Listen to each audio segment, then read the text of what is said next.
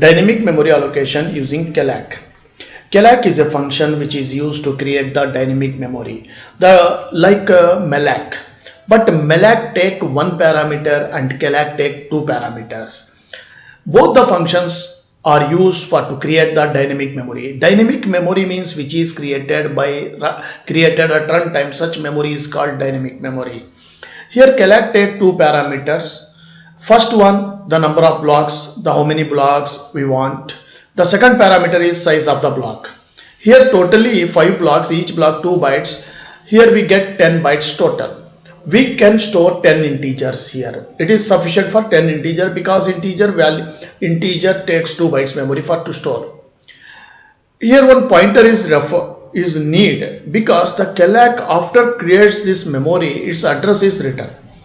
We need one pointer to store that address. Without pointer, we cannot create the dynamic memory here.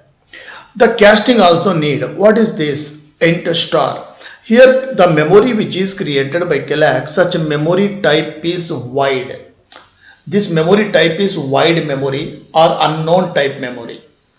You don't think like each size is 2 bytes. It means it is an integer type memory. Don't think like this. It is just our convenient purpose. We have to provide here 2 parameters. That's all. But it gives only wide memory, unknown type memory.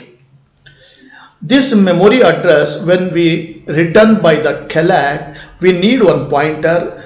But this pointer type is int and star. Star also including a type.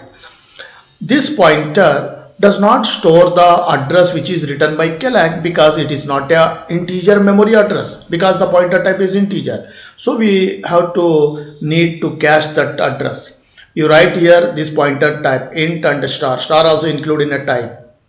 This now the address wide memory address is converted into integer memory address.